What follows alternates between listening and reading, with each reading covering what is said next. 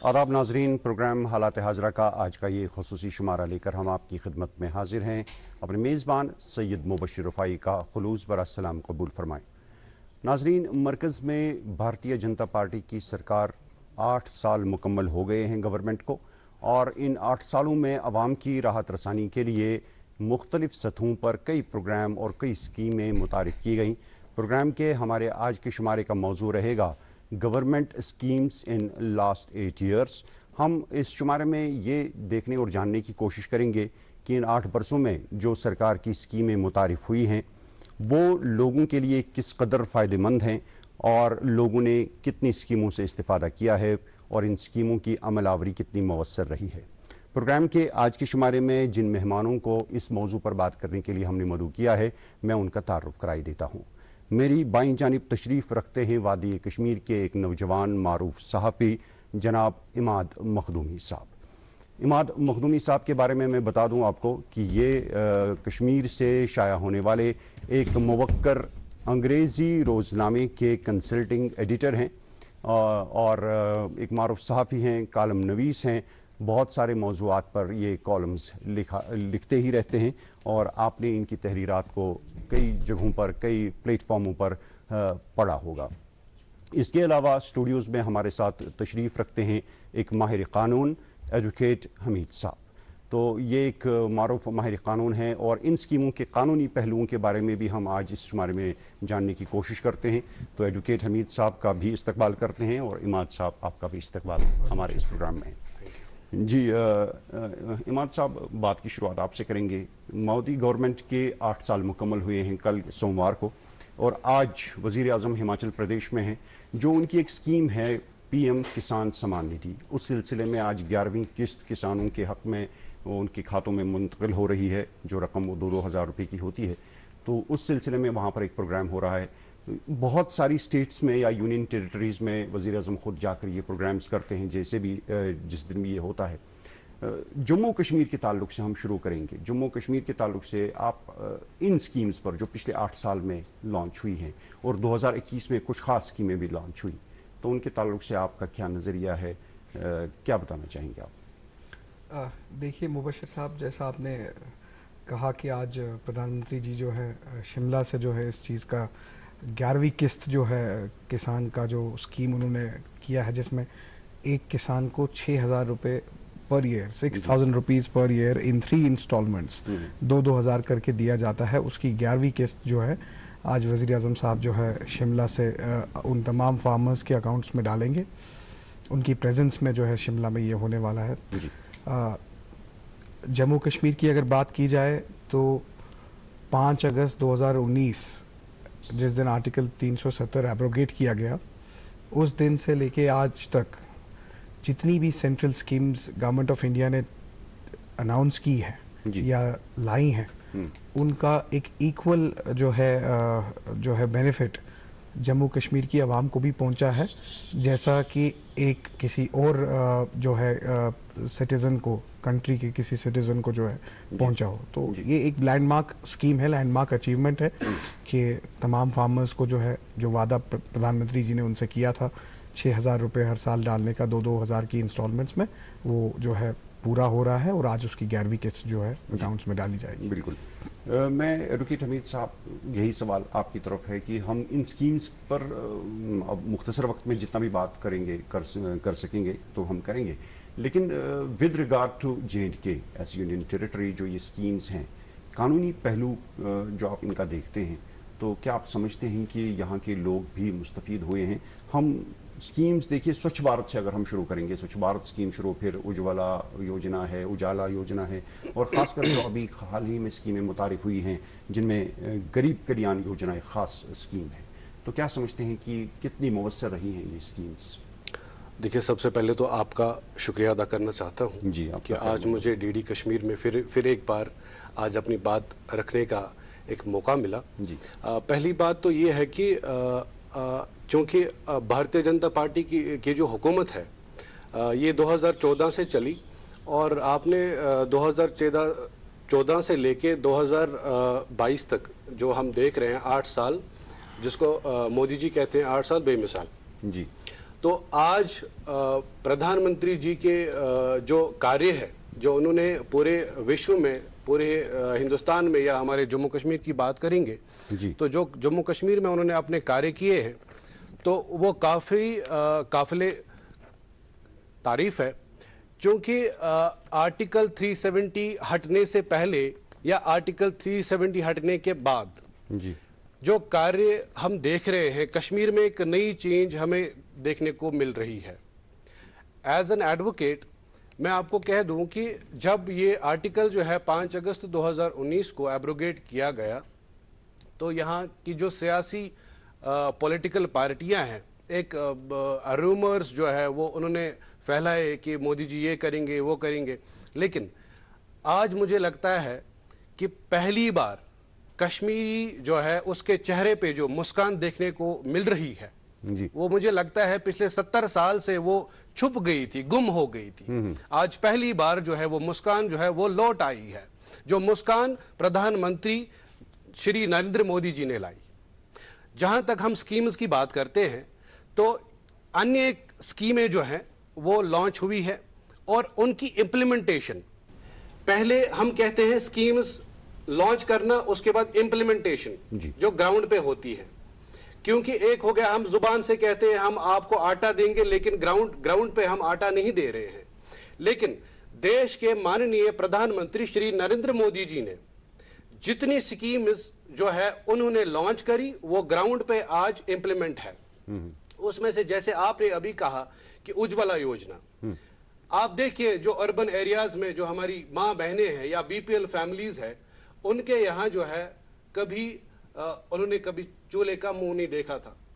आज पहली बार मोदी जी के नेतृत्व में उज्ज्वला स्कीम जो बीपीएल फैमिलीज को मिल रही है, गैस सिलेंडर मिल रहा है, उनको चूल्हा मिल रहा है, वो एक कश्मीरी में जो जैसे हम बनाते थे वो मिट्टी का एक वो होता था, चूल्हा होता था, तो उसमें काफी वो स्मोक निकलता था, इवन कि उनको फिर क्या कहते हैं इन्फेक्शन भी होता था उससे। लेकिन ऐसा में मैं बोल रहा हूं कि ये पहली बार हुआ है, जो 70 साल में होना चाहिए था, जो कांग्रेस को करना था सेंटर में और जो यहां पे एनसी को या पीडीपी को या कांग्रेस को करना था वो उन्होंने नहीं किया।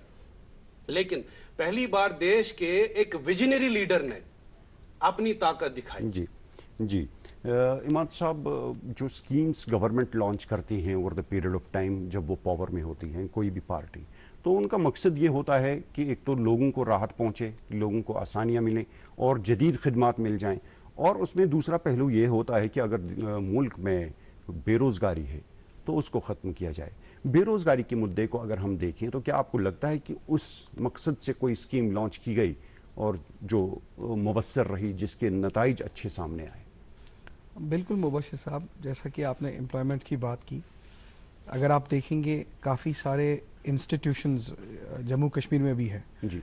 आप चाहे एंटरप्रेन्योरशिप डेवलपमेंट इंस्टीट्यूट की बात करें, काफ़ी सारे वैसे ही इंस्टीट्यूट्स और भी हैं जहां से जो है लोगों को स्टार्टअप्स में जो है बहुत सपोर्ट किया जा रहा है। देखिए, हम लोगों को ये समझने की ज़रूरत है कि हर किसी को सरकारी नौकरी देना आज के टाइम में जो है बिल्कुल भी जो है पॉसिबल नहीं है। बट लेकिन गवर्नमेंट ऑफ इंडिया ने और जम्मू कश्मीर की एडमिनिस्ट्रेशन ने काफ़ी सारे ऐसे एवेन्यूज़ को एक्सप्लोर किया है जहां पे वो फाइनेंशियल सपोर्ट दे उन तमाम लोगों को, अनएम्प्लॉयड लोगों को, जो अपने स्टार्टअप्स, अपना यूनिट्स खोल के जो है अपना जो है इनकम जनरेट कर सके। उसमें मिशन यूथ की आप अगर बात करेंगे, जो मिशन यूथ का डिपार्टमेंट है काफ़ी फाइनेंस कर रहा है, काफ़ी सारे स्टार्टअप्स को उन्होंने जो है सपोर्ट किया है। उसी तरह ट्राइबल अफेयर्स का अगर आप डिपार्टमेंट देखेंगे वो भी काफ़ी हद तक काम कर रहा है। एंटरप्रेन्योरशिप डेवलपमेंट इंस्टीट्यूट काम कर रहा है।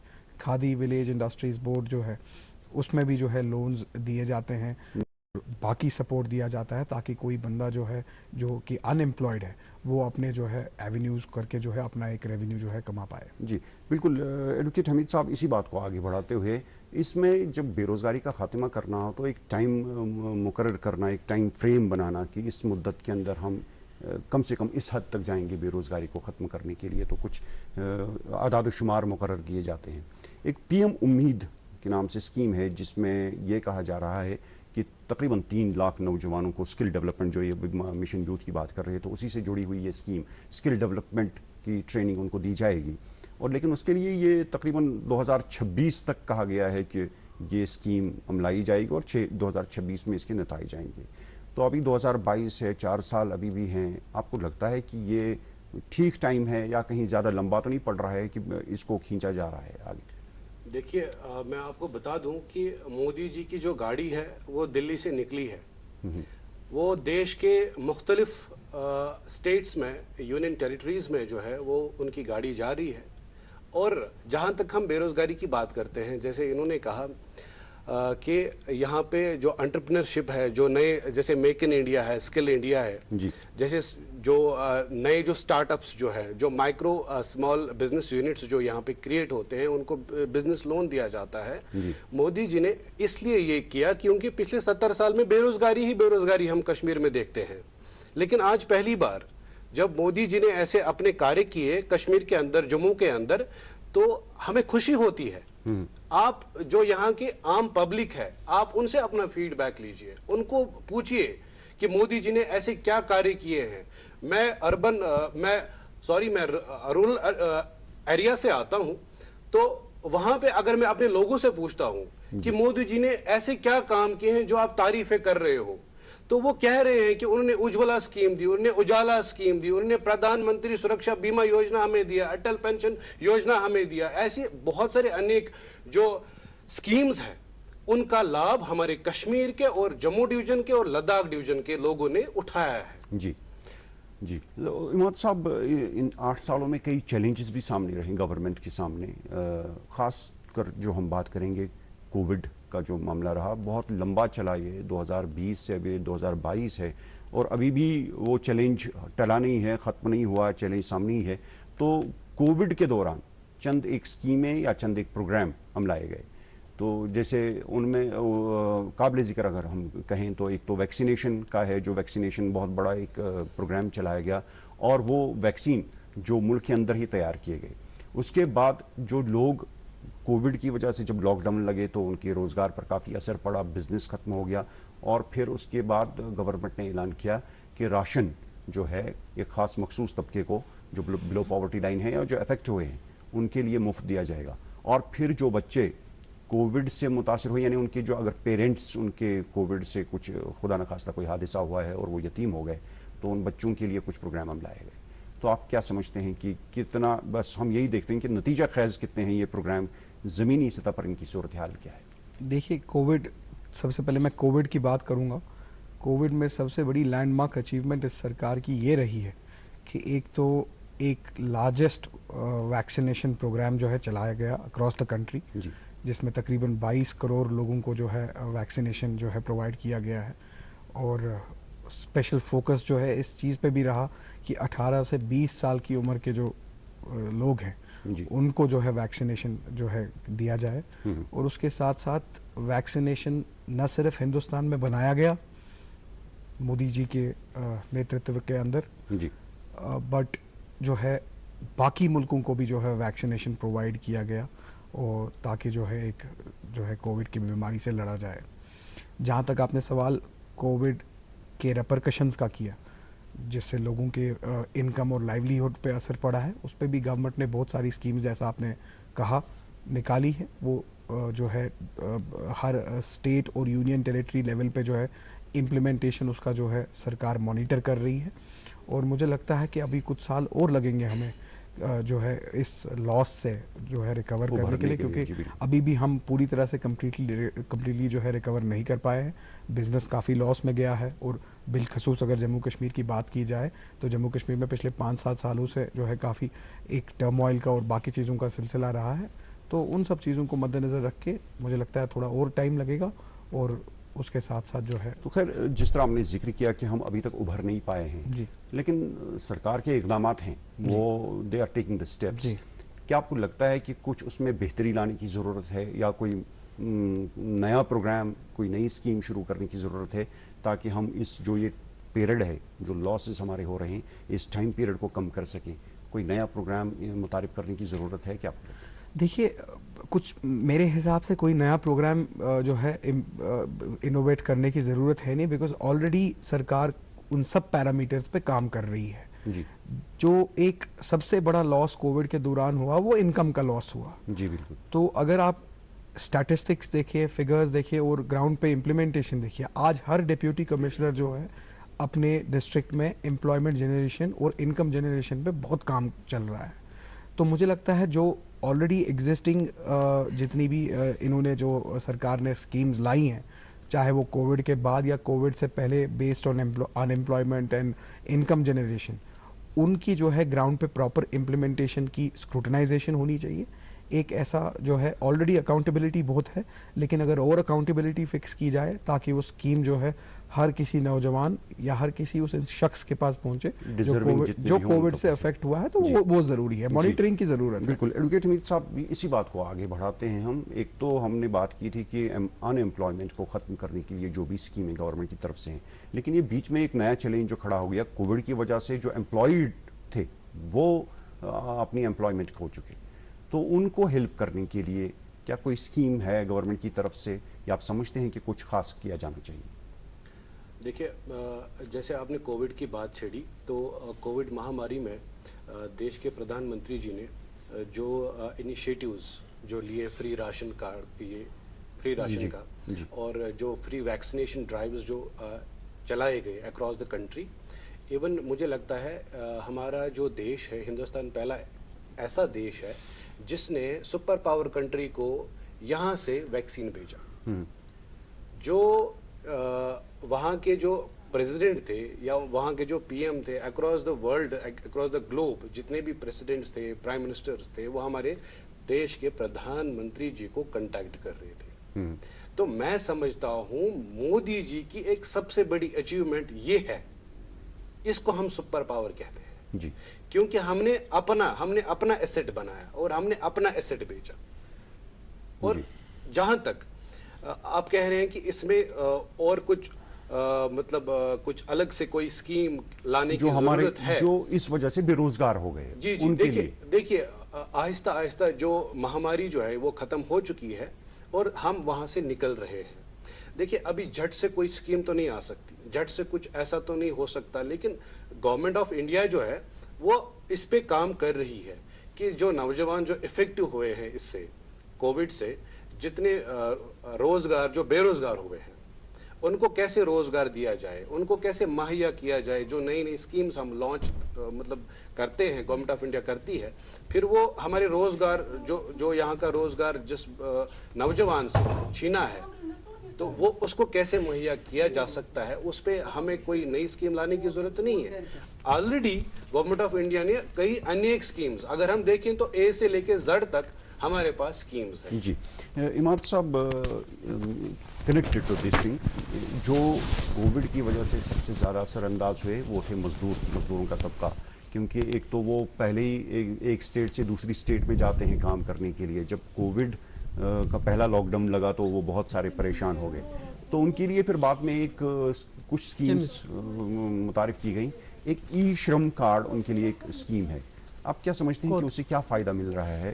श्रमिक जिन्हें हम मजदूर कहते हैं, तो उनको क्या फायदा मिल रहा है इस इलेक्ट्रॉनिक कार्ड मिलने की वजह से?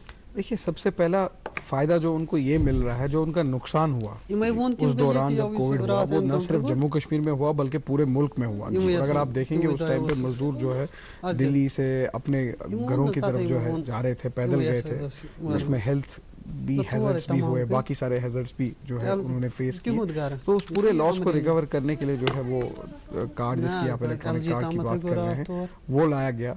तो सबसे पहले तो रिकवरी ऑफ द लॉस, और फिर आगे जाके उनके इनकम में, उनके लाइवलीहुड में एक स्टेबिलिटी लाने के लिए जो है मुझे लगता है कि एक इम्पोर्टेंट स्टेप लिया गया। जी, और एडवोकेट हमीद साहब, आपने बात की थी उजाला स्कीम की कि गैस, जो रसोई गैस वगैरह है उसके जरिए गांव तक पहुंचाया गया, उसके उसी से जुड़ी हुई और उसी वक्त पे मुतारिफ की गई स्कीम है उजाला स्कीम, जिसके तहत ये बताया गया कि मुल्क के कोने कोने तक बिजली पहुंचाई जाएगी। अब जो भी रिसोर्सेज हैं बिजली पैदा करने के लिए, चाहे वो नेचुरल रिसोर्सेज हैं या हमारे नेचुरली हैं, सारे पानी के हैं या सूरज के हैं, तवानाई के हैं, शमसी रिसोर्सेज हैं, तो उनको यूज करके एक तो बिजली दी जाएगी। और उसी से जुड़ी बात में जो एक और स्कीम लाई, क्योंकि ये तो बुनियादी जरूरत है, बिजली और पानी जिसे हम कहते हैं, और उसकी पानी पहुंचाने के लिए वो हर घर नल जो स्कीम मुतारिफ की गई, लेकिन अभी तक जल जीवन स्कीम जो है, जो जिसमें ये कहा जाता है कि हर घर पानी जो दिया जाएगा नल के जरिए पहुंचाया जाएगा, लोगों को पानी लाने के लिए कहीं जाने की जरूरत नहीं है। अभी तक जो आम लोगों का रद्दअमल है कि ये स्कीमें शायद अभी तक, मैं ये नहीं कहूंगा कि कामयाब नहीं है, लेकिन जहां ये इनका टारगेट्स था वहां तक नहीं पहुंचे। देखिए क्या है कि मैं समझता हूं कि कश्मीर में जो यहाँ की ब्यूरोक्रेसी है ना जी, उसमें एक बहुत बड़ी वीकनेस है, क्योंकि सेंटर से जो स्कीम्स आ रही है यहाँ पे, तो यहाँ के जो ऑफिसर्स हैं, खासकर मैं आपकी चैनल के माध्यम से मैं यहाँ के ब्यूरोक्रेट्स को ये बात बताना चाहता हूँ कि सेंटर से जो स्कीम्स आती हैं, खुदारा कम से कम उन गरीबों तक ये पहुंचाइए जो इसको डिजर्व करते हैं। अब जहां तक आप कह रहे हैं कि हर घर में हमें नल देना है, ऑब्वियसली हमें देना है, और जहां तक बात करते हैं हम उजाला की जी, रोशनी, हर घर में रोशनी जी, ठीक है। तो मुझे लगता है कि आज जो है वो हमारा सपना पूरा हो चुका है। आप कहीं भी किसी भी जो फार फ्लंग एरियाज में आप जाइए, वहां पे देखिए, वहां पे इलेक्ट्रिसिटी जो है वो पहुंच चुकी है जी, और इसका जो क्रेडिट है वो ऑनरेबल प्राइम मिनिस्टर साहब को जाता है जी। यहाँ पे मुबशिर साहब इन्हीं की बात को एक ऐड करना चाहूंगा। मार्च 2022 तक अगर मेरे फिगर्स करेक्ट है, या 21 तक अगर देखा जाए, जो है 7.82 लाख रूरल हाउस होल्ड्स हमारे पास टोटल में 18 लाख से ऊपर के रूरल हाउस होल्ड्स हैं। उनमें से 7 लाख से अबाव रूरल हाउस होल्ड्स को जो है पानी का कनेक्शन पहुंचाया गया है। और अगर टोटल परसेंटेज देखें कि कितने परसेंटेज हाउस होल्ड्स को अभी तक जो है टैप वाटर फैसिलिटी मिली है, वो 86% है जी। लेकिन जैसा हमीद साहब ने कहा, और ऑलरेडी यहाँ की ब्यूरोक्रेसी उस चीज़ पे काम कर रही है। मुझे लगता है कि आज एक अकाउंटेबिलिटी का सिस्टम है, लेफ्टिनेंट गवर्नर जो है खुद जो है हर एक चीज़ को मॉनिटर कर रहे हैं, और एक अकाउंटेबिलिटी फिक्स की गई है ब्यूरोक्रेसी में। तो मुझे लगता है जो बाकी रिमेनिंग टारगेट्स है वो भी आने वाले सालों में जो है हमें पॉजिटिव रहना चाहिए, और उसको अचीव जो है हो जाएगा। मुझे जी इमाम साहब, आप ही से बात को इसको जारी रखते हैं। एक और स्कीम है जिसे हम प्रधानमंत्री आयुष्मान भारत स्कीम कहते हैं, बहुत ही इंपॉर्टेंट स्कीम है, और ये भी एक बहुत बड़ी स्कीम है। इसके बारे में कहा जाता है कि ये दुनिया में हेल्थ रिलेटेड सबसे बड़ी स्कीम है। इस स्कीम के तहत 5 लाख रुपए का इंश्योरेंस कवर दिया जाता है मुल्क के हर बाशिंदे को। तो ये मुल्क के हर बाशिंदे को 5 लाख का कवर देना, क्या ये स्कीम? देखिए, मुल्क के हर बाशिंदे को तो नहीं दिया जाता है, लेकिन ये जो आयुष्मान हेल्थ की जो ये स्कीम है, जो ये उन ही लोगों के लिए स्कीम है जिनकी इनकम लो है।